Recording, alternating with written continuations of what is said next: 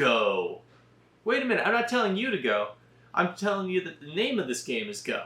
So yeah, for those of you new, I'm Alex from Wii Games, and today I'm going to be going over Go, a game where your brain will feel like it's doing gymnastics on a trampoline. It's easy to learn, but it can take a lifetime to master. So why not begin the first step today? So today I'm going to show you the basics, the rules, the strategy, and I'll do it without making your head explode. Go is a two-player strategy game, where the goal is to claim more territory on the board than your opponent. You do this by placing stones, black or white, onto the intersections of this grid. This is a 19 by 19 board, which is traditional, but new players start off on easier boards, such as 13 by 13 or 9 by 9. To play Go, you're going to need a Go board, a bunch of black and white stones, and an opponent, whether it be your neighbor down the block or an unsuspecting family member. Let's get into the rules of Go. First, whenever you place a stone, you're going to want to place it on the intersections, not on the empty squares. Stones must have liberties to remain on the board. Liberties are the empty squares that are immediately adjacent to every stone along the lines. If a stone has no liberties, it's captured and removed. Stones of the same color on adjacent points are connected, but only horizontally or vertically, never diagonally. Connected stones form a group, and they share liberties. This makes them stronger together, like a little stone family. This group is working together as a team to help protect their territory. Think teamwork, less Lone Ranger, more Avengers. Here's an important rule. You cannot place a stone where it will be immediately captured. It's like a kamikaze, and that's illegal in Go. Every move has to have at least one liberty, unless you're capturing an opponent by doing it. If placing your stone captures your opponent, it's totally legal, even if it ends up with no liberties afterwards. It's a nice little loophole. To win, you need to surround territory. Territory is empty space that's completely enclosed by your stones. At the end of the game, these empty intersections are counted as your points. But here's the catch. If your opponent places stones inside your territory, you are able to surround and capture them, so make sure you protect your turf. When all meaningful moves have been played, players are able to pass. Sometimes passing is the better option between making a bad move or making no move at all. Placing a stone in surrounded territory would cost you a point, so if there's no more good moves, it's better to pass. When both players pass, the game is over.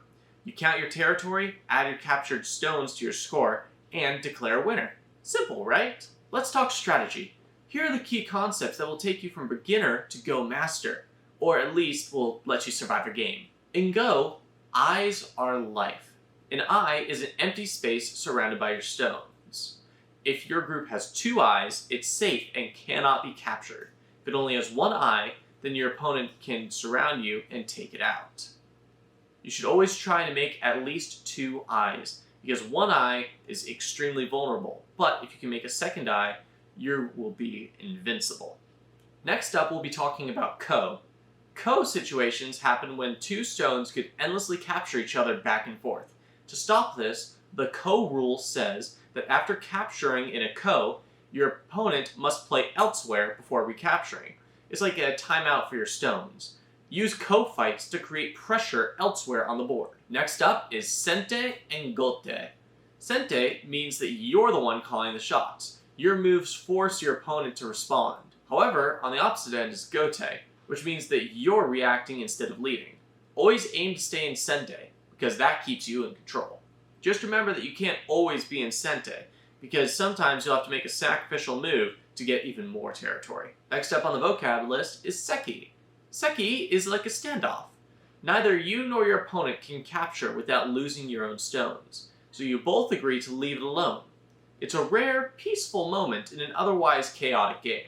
Dame are neutral points, where there are spaces that neither player can claim. At the end of the game, Dame spaces don't give you any points, so don't waste moves there unless there's no other options. They're like the leftovers of Go. Useful, but not very exciting. Here's some tips that will help you advance your game from a beginner to maybe an intermediate player. First, make sure that you know that all of the edges of the board count as borders. So if you have a little border, like right over here, This is considered captured territory, so use those edges to your advantage. Next, you should always think ahead. This is not a one step at a time game. This is a plan your entire game in advance type game. So, while you could make one move that might help you in the short term, always think about what will help you most in the long term. Next, don't be afraid of sacrificing, because sometimes you'll need to sacrifice a few pieces to gain a lot more, especially when you're trying to kick someone out of making a double eye. Instead, just go and take a risk that might pay off in the future.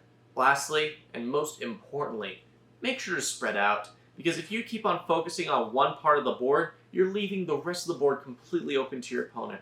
Remember, this is a game where you're trying to capture the most territory, not trying to go for tiny incremental gains. Got all that? Well, don't worry, you'll eventually get the hang of it. Don't be afraid to just try, practice a few times, and see where you go from there. And that's how you play Go. It's simple, strategic, and endlessly fascinating. Place stones, claim territory, capture your opponent's stones, and most importantly, have fun. Now go grab a board and challenge someone, because it's your move.